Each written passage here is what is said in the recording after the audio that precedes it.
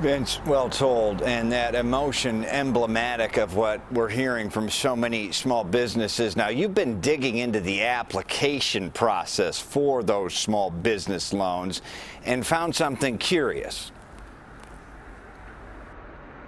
That's right. There's some hoops you have to jump through, but they're hoops that are aimed at keeping as many people employed as possible. So you can apply for a loan up to $50,000. You can have up to 5 years to pay it back, but 50% of what you borrow has to go towards payroll, keeping people employed, and you have to keep at least 50% of your workforce employed. That is an interesting caveat there. And you said 50,000 one time. The woman you talked to said she needs 50,000 next week one time. Is there going to be any extension beyond this? Is there going to be anything ever more than this, or is 50,000 top max? That's all you get?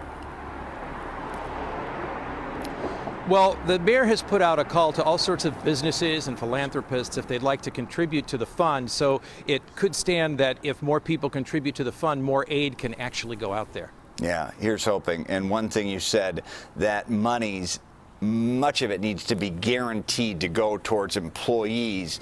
Speaking of employees, you've been investigating and found more problems with people trying to get unemployment.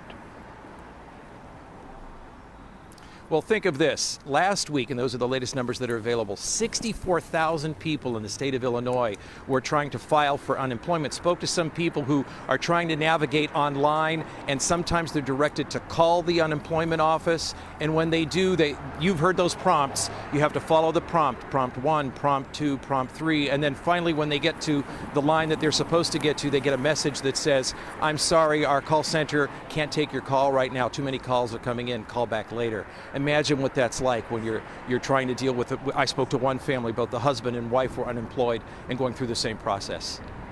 Phone tree misery. Vince, thank you tonight.